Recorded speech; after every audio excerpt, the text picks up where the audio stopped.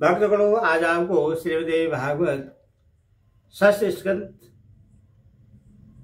20 अध्याय में आखिर के लिए वन में गई राजा ने एकावली की सखी यशोवती की भेंट, एकावली के जन्म की कथा, यह कथा आपको श्रीमद् भागवत से सुना रहा हूँ। आप उसको ध्यान पर सुने और इस चैनल को लाइक करें, सब्सक्राइब करें। माँ भगवती आपके परिवार का कल्याण करेगी। सुनिए।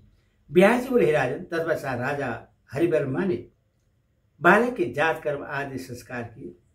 भली भांति पालित पोषित होने के कारण वह बालक दिनों दिन शीघ्रता से बढ़ने लगा। इस प्रकार पुत्र जनित सांसारिक सुख प्राप्त करके उन महात्मा नरेश ने अपने को अब तीनों ऋणों से मुक्त मान लिया। राजा हरिवर्मा ने छठे महीने में बालक का अन्नप्राशन संस्कार करके तीसरे वर्ष में शुभ मुंडन संस्कार विधि विधान के साथ संपन्न किया। इनमें ब्राह्मणों की समय पूजा करके उन्हें विधिवत धन द्रव्यों तथा गौओं का दान किया गया और अन्य याचकों को भी नानाविध दान दिए। 11 वर्ष में उस बालक का यज्ञोपवीत संस्कार कराकर राजा ने उसको धनुर्वेद पढ़ाया। राजा हरिवर्मा ने उस पुत्र को धनुर्वेद तथा राजधर्म में पूर्ण निष्प्राण हुआ देखकर उसका राज्याभिषेक करने का निश्चय किया। तत्पश्चात श्रेष्ठ राजा ने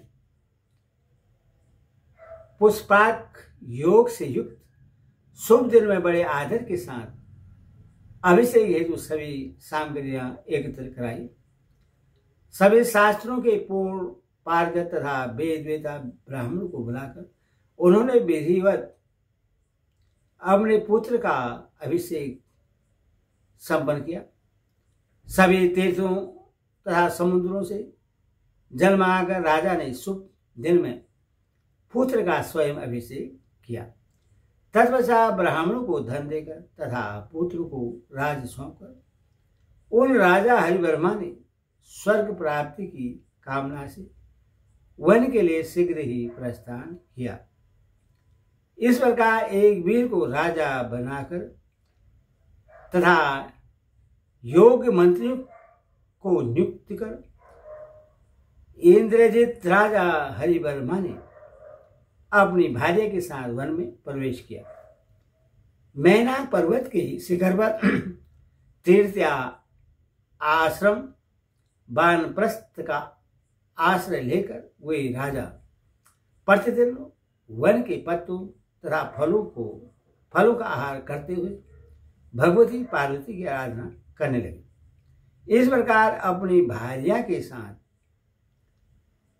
वानप्रस्थ आश्रम का पालन करके वे राजा प्रारंभ कर्म के समान हो जाने पर मृत्यु को प्राप्त हुए और अपने पूर्ण कर्म के प्रभाव से इंद्रलोक चले गए। फिर इंद्रलोक चले गए ऐसा सुनकर हेय एक वीर ने वैदिक विधान के अनुसार उनका और दैहिक संस्कार संपन्न किया। पिता की सभी श्राद्ध आदि क्रियाएं संपन्न करके सबकी सहमति से पिता द्वारा दिए गए राज्य पर वह मेधावी राजकुमार एक वीर शासन करने लगा। उत्कृष्ट राज्य प्राप्त करके धर्मप्राण एक वीर सभी मंत्रियों से सम्मानित रहते हुए अनेक वित्त सुखों का उपभोग करने लगे।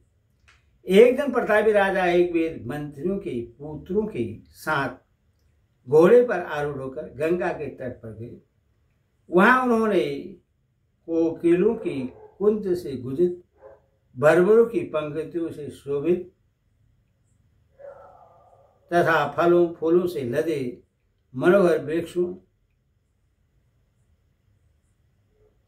वेद पाठ की ध्वनि से निनादित हवन के धुएं से आच्छादित आकाश मंडल वाले मृगों के छोटी शिशु में आवृत दिव्य मुनि आश्रमों गोपिकाओं के द्वारा सुरक्षित तथा पके हुए सारे धान्य से युक्त खेतों, विकसित कमलों से सुशोभित अनेक सरोवरों तथा मन को आकर्षित करने वाले निकुंजों को देखा। उन राजा एक वीर ने प्रियाल, चंपक, कटहल, बकुल, तिलक, नीम,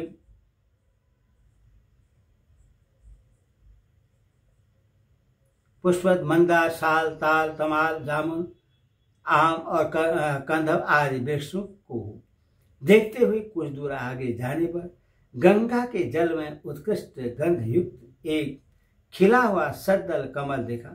राजा ने उस कमल के दक्षिण भाग में कमल सदृश नेत्र वाली, स्वर्ण के समान कांति वाली, सुंदर केश, पास वाली, शंख तुल्य गर्दन वाली, कृष्ण कटि प्रदेश वाली, बिंबा फल के समान ओष्ठ वाली, किंचित स्फटिक पयोधर वाली, मनोहर नासिका वाली तथा समस्त सुंदर अंगों वाली एक सुंदरी कन्या को देखा। अपनी सखी से बिछुड़ जाने से व्याकुल होकर दुखपूर्वक विलाप करती हुई निर्जन वन में आंखों में आंसू भरकर कुरुरी पक्षी की भांति गर्दन करती हुई उस कन्या को देखकर राजा एक वीर ने उससे शोक का कारण पूछा।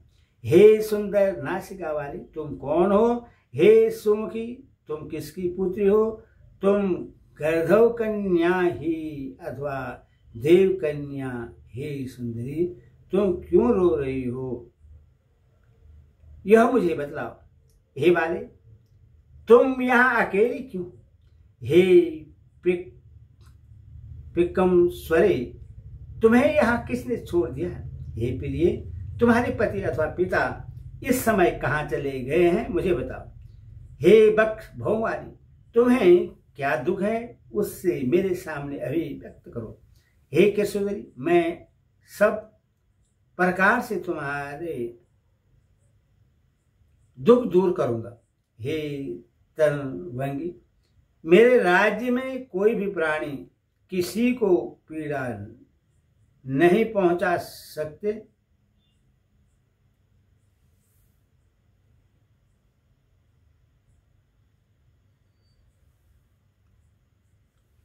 हे तनवंगी, मेरे राज्य में कोई प्राणी किसी को पीड़ा नहीं पहुंचा सकता। और हे कांते, कहीं ना तो चोरों का भय है और न राक्षसों का ही भय है।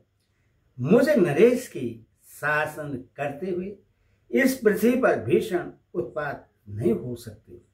बाघ अथवा सिंह से किसी को भय नहीं हो सकता और किसी को कोई भी भय नहीं रहता। हे बामरू, ऐसा होकर तुम गंगा तट पर क्यों विलाप कर रही हो? तुम्हें यहाँ क्या दुख है, मुझे बतलाओ। हे कांते, मैं जगत के प्राणियों के अत्यंत भीषण दैविक और मानसिक कष्ट को भी दूर करता हूँ। यह मेरा अद्भुत व्रत है। हे विशाल नयन, बताओ, मैं तुम्हारा वांछित कार्य करूँगा। राजा के ऐसा कहने पर उससे सुनकर मधुर भाषणी कन्या ने कहा, हे राजन सुनिए, मैं आपको अपने शोक का कारण बता रही हूँ। हे राजन, विवता रहित प्राणी भला क्यों रोएगा? हे महाबाहो, मैं इसलिए रो रही हूँ, वह आपको बता रही हूँ। आपके राज्य से भिन्न दूसरे देश में रेप्य नामक एक महान धार्मिक राजा है। वे महाराज संतानहीन हैं। उनकी पत्नी रुकम रेखा इस नाम से प्रसिद्ध है। वे परम रूपवती, बुद्धिवती, पतिव्रता तथा समस्त शुभ लक्षणों से संपन्न है। पुत्रहीन होने से दुखित रहने के कारण वे अपने पति से बार बार कहा करती थी, हे नाथ, मेरे इस जीवन से क्या लाभ? इस जगत में मुझ बंध्या पुत्रहीन तथा शोक रहित नारी के इस व्यर्थ जीवन को धिक्कार है। इस प्रकार अपनी भार्या से प्रेरणा पाकर राजा रैपी ने यज्ञ के ज्ञाता ब्राह्मणों को बुलाकर विधिवत उत्तम यज्ञ संपन्न किया। पुत्राभिलाषी राजा रेपी ने शाश्वत रीति से प्रचुर धन दान दिया। घृत की आहुति अधिक पड़ते रहने से तीव्र प्रभायुक्त अग्नि से सुंदर अंगों वाली शुभ लक्षणों से संपन्न बिंबाफल के समान ओष्ठ वाली सुंदर धातु तथा भौं वाली पूर्ण चंद्रमा के समान मुख वाली स्वर्ण के समान आभा वाली सुंदर केश वाली रक्त हथेलियों वाली कोमल सुंदर लाल नेत्र वाली कृष्ण शरीर वाली तथा रक्त पादल तलवे वाली एक कन्या प्रकट हुई। तब होता ने अग्नि से उत्पन्न हुए उस कन्या को स्वीकार कर लिया। इसके बाद उस सुंदर कन्या को लेकर होता ने राजा रेपी से कहा, हे राजन, समस्त शुभ लक्षणों से संपन्न इस पुत्री को ग्रहण कीजिए। हवन करते समय अग्नि से उत्पन्न यह कन्या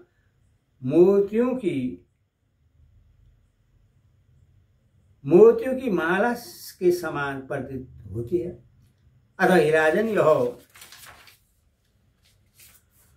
पुत्री जगत में एकावली नाम से प्रसिद्ध होगी। पुत्र तुल्य इस कन्या को प्राप्त कर आप सुखी हो जाएं। हे राजेंद्र, संतोष कीजिए, भगवान विष्णु ने आपको यह कन्या दी है। होता की बात सुनकर राजा ने उस सुंदर कन्या की ओर देखकर होता के द्वारा प्रदत्त उस कन्या को अति प्रसन्न होकर ले लिया। राजा ने सुंदर मुख वाली उस कन्या को लेकर के अपनी पत्नी रुकुम रेखा को यह कहकर दे दिया कि हे सुभगे, इस कन्या को स्वीकार करो। कमल पत्र की समान नेत्र वाली उस मनोहर कन्या को पाकर रानी बहुत हर्षित हुई। वे ऐसी सुखी हो गई मानो उन्हें पुत्र प्राप्त हो गया हो। तदपश्चात राजा ने उसके जात कर्म आदि सभी शुभ मंगल कार्य संपन्न किए तथा पुत्र जन्म के अवसर पर होने वाले जो कुछ भी कार्य थे वे सब उन्होंने विधिपूर्वक संपन्न कराए। यज्ञ संपन्न करके राजा रेपी ब्राह्मणों को विपुल दक्षिणा देकर तथा सभी विवेंद्रियों को विदा कर अत्यंत आनंदित हुए। श्याम नेत्र वाली वह कन्या पुत्र वृद्धि के समान दिनों दिन बढ़ने लगी। उससे देखकर उस समय रानी अपने को पुत्रवती समझकर परम आनंदित हुई। उस दिन महल में ऐसा उत्सव मनाया गया जैसा पुत्र जन्म के अवसर पर मनाया जाता है। वह पुत्री उन दोनों के लिए पुत्र के ही सदस्य प्रिय हो गए। हे सुबदेव, हे कामदेव सदस्य रूप वाले, मैं उन्हीं राजा रेपी के मंत्री की पुत्री हूँ। मेरा नाम यशोवती है। मेरा तथा एकावली की अवस्था समान है। उसके साथ खेलने के लिए राजा ने मुझे उसकी सखी बना दिया। इस प्रकार मैं उसकी सहचरी बनकर प्रेम युक्त दिन रात उसके साथ रहने लगी। एकावली जहां भी सुगंधित कमल देखती थी वह बाला वहीं खेलने लग जाती थी। अनंतर कहीं भी उससे सुख नहीं मिलता था। एक बार गंगा के तट पर बहुत दूर कमल खिले हुए थे। राजकुमारी एकावली सखियों सहित मेरे साथ घूमती हुई वहां चली गई। इससे चिंतित होकर मैंने महाराज रेपी से कहा, हे राजन, आपकी पुत्री एकावली कमलों को देखती हुई बहुत दूर निर्जन वन में चली जाती है तथा उसके पिता ने घर पर ही अनेक जलाशयों का निर्माण कराकर उनमें पुष्पित तथा भौरों के आवृत कमल लगवाकर उससे दूर जाने से मना कर दिया। इस पर भी मन में कमलों के प्रति आश्रय रखने वाली वह कन्या बाहर निकल जाती थी। तब राजा ने उसके साथ हाथों में अस्त्र धारण किए हुए रक्षक नियुक्त कर दिए। इस प्रकार रक्षित होकर वह सुंदरी मेरी तथा सखियों से क्रीड़ा के लिए गंगा तट पर प्रतिदिन आया जाया करती थी। हरि ओम तत्सत। हरि ओम।